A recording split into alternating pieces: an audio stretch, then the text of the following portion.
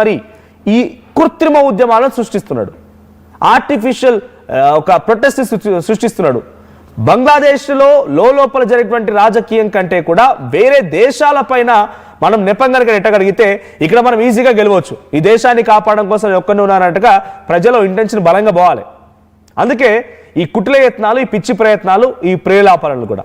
So present అక్కడ బంగ్లాదేశ్లో నిజంగానే ఉద్యమించాలనుకుంటే అక్కడ ఇన్ఫ్లేషన్పై ఉద్యమం చేయొచ్చు, రిజర్వేషన్లు ఉన్నాయి వాటిపై చేయొచ్చు, రోజ్గార్ ఎంప్లాయ్మెంట్ పై వాళ్ళు ఉద్యమం చేయొచ్చు, ఎడ్యుకేషన్ పై ఉద్యమం చేయొచ్చు. కానీ ఏం కాకుండా భారతదేశంపై ఉద్యమం చేస్తూ అక్కడ కొట్లాడతారు.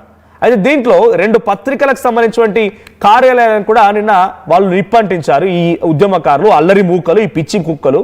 సో ఎందుకు కారణం అని అంటే ది డైలీ స్టార్ ఒకటి, తర్వాత ఇంకొక పత్రిక ప్రథోమ్ అలో అని చెప్పి. సో ఈ 2 పత్రికల కార్యాలయంపై దాడి చేయడం గల మెయిన్ రీజన్ ఒకటి ఏంటంటే అవామీ లీగ్ పార్టీపై బ్యాన్ వేసిన గత ప్రధాని షేక్ హసీనాకి సపోర్టివ్గా ఈ ఉద్యమకారుల యొక్క ఉద్యమాన్ని నీరుగార్చే విధంగా వార్తలు రాస్తున్నారంటే ఒక ఆలోచన వాళ్ళు ఉన్నారు. వాళ్ళు రాస్తున్నది వాస్తవాలే. యూఎస్ ప్రభుత్వాన్ని వ్యతిరేకంగా రాసినంత మాత్రాన, యూఎస్ ప్రభుత్వం యొక్క తీరుని ఎండగట్టినంత మాత్రాన వాళ్ళు రాసిన తప్పు ఇలా రాయాలని చెప్పడానికి మీరెవరు అసలు? సో వాళ్ళు రాసేటువంటి వార్తలకు వ్యతిరేకంగా భారతదేశానికి మీరు సపోర్ట్గా ఉంటారా? భారతదేశానికి మీరు సపోర్ట్గా ఉంటారని చెప్పి భారతదేశానికి సపోర్ట్గా ఉంటారనేటువంటి ఈ కారణం ఒకటి దొరకబట్టుకొని ఆ కార్యాలయాల యొక్క భవనాలకి నిప్పంటిస్తే 30 మంది జర్నలిస్టులు లోపల వారంతా కూడా చాలా తీవ్రంగా గాయాలైపోయి హుటాహుటిన ఆసుపత్రి తరలించారు. సో ఆర్మీ కంట్రోల్ చేసేందుకు ప్రయత్నం చేస్తోంది. కానీ ప్రభుత్వమే పేడ్ ఆర్టిస్టులను పెట్టి ఉద్యమం చేయిస్తుంటే ఆర్మీ ఏం పని చేయగలుగుతుంది? పోలీస్ అధికారులు ఏం పని చేయగలుగుతారు? దాకా మొత్తం అట్టుడికిపోతోంది. అయితే ఇక్కడ ఈ పిచ్చుకుక్కకి, యూనస్ లాంటి పిచ్చుకుక్కకి ఆ షహబాజ్ లాంటి ఒక దుర్మార్గుడు తోడయ్యాడు. పాకిస్తాన్కి సంబంధించినటువంటి ఉగ్రవాద సంస్థలకి ఆశ్రయం కల్పిస్తూ ఈ రకమైనటువంటి పేడ్ ఆర్టిస్టులతోని అక్కడ ఉద్యమాలు చేపడుతున్నాడు. ఇస్లామిక్ దేశంగా మార్చాలనుకుంటున్నాడు. భారతదేశానికి వ్యతిరేకంగా బంగ్లాదేశ్లో ఉద్యమాలు ఏంట్రా వెదవా?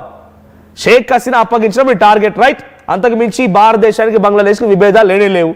షేక్ హసీనాని అప్పగించమని చెప్పి లీగల్గా ప్రొసీజర్ ఏం ఫాలో కావాలో ఫాలోగా, లీగల్ ప్రొసీజర్స్ ఉంటాయి, దాన్ని ఫాలో అవ్వు, లీగల్గా ముందుకు వెళ్ళు.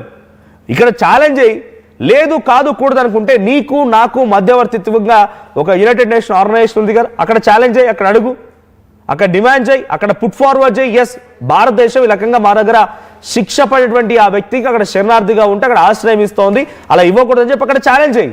కానీ భారత్కి వ్యతిరేకంగా అక్కడ లోపల ఇంత దుర్మార్గాలు, భారతదేశ ఎంబసీపై దాడి చేయడాలు, భారతదేశం కార్యాలయాలపై దాడి చేయడాలు, భారత్కు వ్యతిరేకంగా నినాదాలు కొనసాగించడాలు, హిందువులపైన దాడి చేసి నడి రోడ్డు పైన నిప్పంటించడాలు, ఇటువంటి దుర్మార్గమైన చర్యలు కొనసాగుతున్నాయి. మరి ఇంత దుర్మార్గంగా ఇంత దమనకాండను అక్కడ సృష్టిస్తూ ఉన్నా, మరణకాండను సృష్టిస్తూ ఉన్నా భారత ప్రభుత్వం ఇప్పటికీ రియాక్ట్ కాకపోవడం పైన కూడా పెద్ద ఎత్తున అందరినీ ఒక ఇబ్బందికి, అనుమానానికి గురి చేస్తోంది. మరి భారత ప్రభుత్వం బంగ్లాదేశ్ జరిగినటువంటి ఈ దారుణమైనటువంటి పరిస్థితుల పైన రియాక్ట్ అవుతోందా? మన హిందువుల పైన ముఖ్యంగా చేసినటువంటి దాడిని అక్కడ ఎలా చూస్తారు? ఎవరైనా భారతీయులు కనుక అక్కడ ఉంటే వాళ్ళ పరిస్థితి ఏంటి అని ఆలోచన చేసైనా భారత ప్రభుత్వం రియాక్ట్ అవుతుందో చూడాలి. సో ప్రజెంట్ ఏదేమైనా అక్కడ సిచ్యువేషన్ మరి ఎక్స్ట్రీమ్గా మారిపోయింది. షేక్ హసీనా ప్రస్తుతానికి ఇంకా భారతదేశంలోనే శరణార్థిగా ఉండిపోయారు. అక్కడ ఫోటోలో కనిపించినటువంటి షరీఫ్ ఉస్మాన్ హాతీ, వీడి మరణంతో మరింత నెక్స్ట్ లెవెల్గా మారిపోయింది. వాడిని చంపింది కూడా భారతీయులే చంపి మళ్ళీ భారతదేశానికి పారిపోయారు. కాబట్టి మనం భారతదేశంపై ఉద్యమించాలి. దీనికి తోడు పాకిస్తాన్ అవుతోంది, చైనా కూడా బంగ్లాదేశ్కి సపోర్ట్ కదిలి వస్తోంది. మన చుట్టూ ఒక రెడ్ జోన్ ఏర్పడింది. ఇప్పుడు మనకు ఒకవైపుగా పాకిస్తాన్, ఇంకోవైపుగా చైనా అండ్ ఇంకోవైపుగా బంగ్లాదేశ్. ఈ 3 మన దేశానికి వ్యతిరేకంగా ఉన్నటువంటి శక్తులే.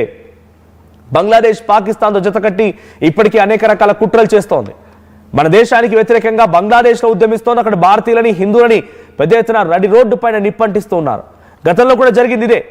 యూనస్ లాంటి వాడే దీనికి రెచ్చగొట్టి గతంలో షేక్ హసీనా లాంటి వ్యక్తుల పైన, షేక్ హసీనా లాంటి ప్రధానుల పైన చాలా దుర్మార్గమైనటువంటి దమనకాండను సృష్టించి ఈ రకమైన పరిస్థితులు దారి తీసుకోవడానికి కారణం వాడే. ఒక రకంగా బంగ్లాదేశ్లో ఈ పరిస్థితి వచ్చిందంటే పాకిస్తానే కారణము, చైనానే కారణము. ఇది చాలా క్లుప్తంగా 100% కాన్ఫిడెంట్గా చెప్పొచ్చు.